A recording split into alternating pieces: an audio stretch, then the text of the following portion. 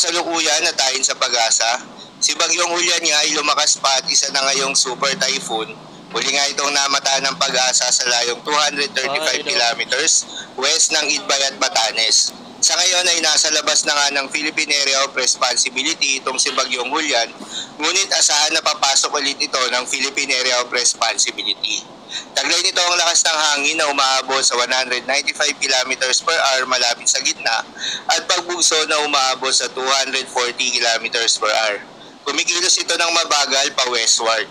Sa ngayon nga ay may nakataas pa rin tayong tropical cyclone wind signal number 2 sa may Batanes, Babuyan Islands, northern portion of Ilocos Norte at northwestern portion ng mainland Cagayan. Habang tropical cyclone wind signal number naman sa may nalalabing bahagi ng Ilocos Norte, Ilocos Sur, La Union, Pangasinan, Apayao, Kalinga, Abra, Mountain Province, Ifugao, Benguet, nalalabing bahagi ng mainland Cagayan, Isabela, Quirino, Nueva Vizcaya, northern portion of Aurora at northern portion of Nueva Ecija. Dahil pa rin sa epekto nitong si Bagyong Julian, asahan na magdadala pa rin ito ng malalakas na hangin ngayong araw sa Ilocos Region, Cordillera Administrative Region, northern and eastern portion of mainland Cagayan, eastern portion of Isabela, Aurora, Zambales, Bataan, Metro Manila, Calabarzon, Romblon at Camarines Norte. Asahan pa rin bukas araw ng Miyerkules ang pabugso-bugso ng hangin sa Ilocos Norte, Ilocos Sur, Abra, Apayao, Batanes, Babuyan Islands, northern at eastern portion of mainland Cagayan at eastern portion of Isabela. Habang sa araw ng Huwebes ay asahan pa rin yung malalakas na hangin sa Batanes at Babuyan Islands. Asahan din na magdadala si Bagyong Julian ng katamtaman hanggang sa malalakas na mga pagulan. Asahan pa rin ngayong araw ang heavy to intense rain sa Batanes, Babuyan Islands at Ilocos Norte. Moderate to heavy rains naman sa mainland Cagayan, Cordillera Administrative Region at nalalabing bahagi ng Ilocos Region. Habang bukas, araw ng Miyerkules, ay asahan pa rin yung heavy to intense rains sa Batanes at Babuyan Islands. Moderate to heavy rains naman sa Ilocos Norte at Ilocos Sur.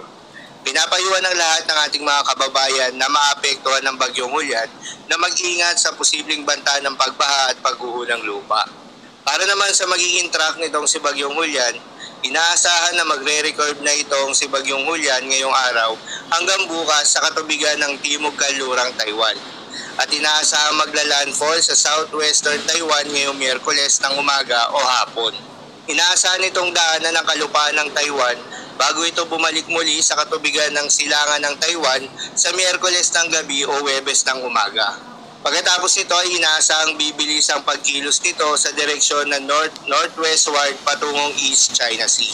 Inaasahan namang lalabas ito ng Philippine Area of Responsibility ngayong Huwebes ng umaga o hapon. Paalala lamang po na ang mga nasabing forecast ay posible pa pong magbago. Kaya naman patuloy lamang magantabay sa mga update na ating ilalabas at ng pag-asa. Paalala lamang po na ang mga nasabing forecast ay posible pa pong magbago. Kaya naman patuloy lamang magantabay sa mga update na ating ilalabas at ng pag-asa. Para naman sa magiging lagay ng mga dagat baybayin, ayon sa pag-asa ay may nakataas pa rin na gale warning sa mga seaboards ng Batanes, Cagayan, kabilang na ang Babuyan Islands, Ilocos Norte at Ilocos Sur. Payo ng pag-asa ay huwag munang pumalaot yung mga kababayan nating mangingisda at yung may mga maliliit na sasakyang pandagat sa mga nasabing seaboards dahil inaasahan yung maalon hanggang sa napakaalon na karagatan.